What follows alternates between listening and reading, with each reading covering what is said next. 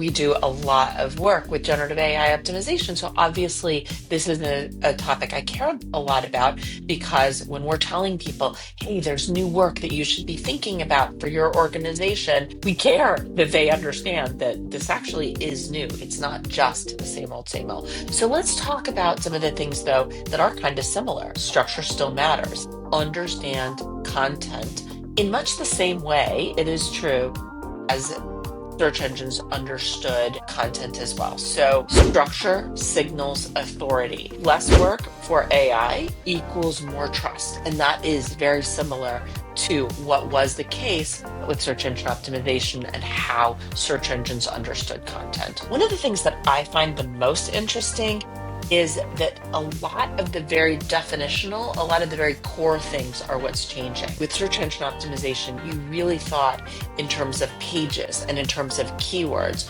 With generative AI optimization, you're thinking always in terms of questions. What are questions that people might have to which your organization is the answer, or to which you are the most logical person / entity to be able to answer that?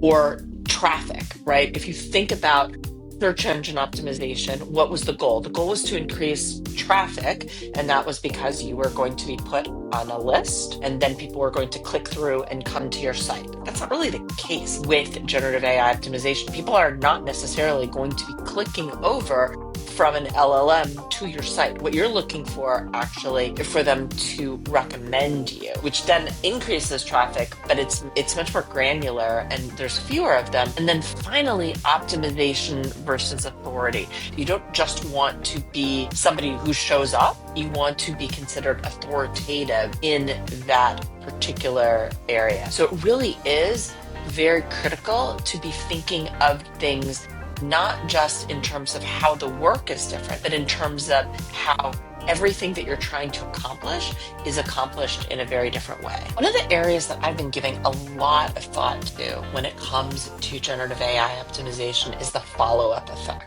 Back when you were searching on a search engine, if you were looking, let's say, for an accountant in Maryland that works for a nonprofit, right? You might do a search. It would come up with a list for you of relevant accountants. You would click, and then you would look at a website. Now you're asking a question, and it's going to give you a list of those accountants. What's the next thing you're going to do? You're probably actually going to ask a follow-up question. You're not going to go to the site. Many of them have dealt with federal grants. Do they understand the rules, et cetera, et cetera? So it's looking the information, the depth of information that the LLMs really depend on seeing has to be so much deeper, because they're not just sending them in the direction.